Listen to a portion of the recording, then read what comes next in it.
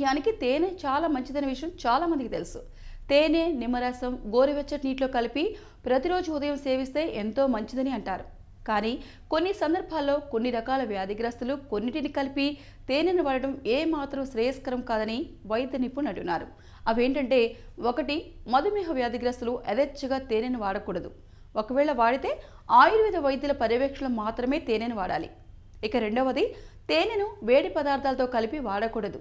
అలాగే పిప్పళ్ళు, మిరియాల వంటి వాటితో కలిపి నేరుగా వాడకూడదు. ఇక 3వది, తేనెను మరిగించకూడదు.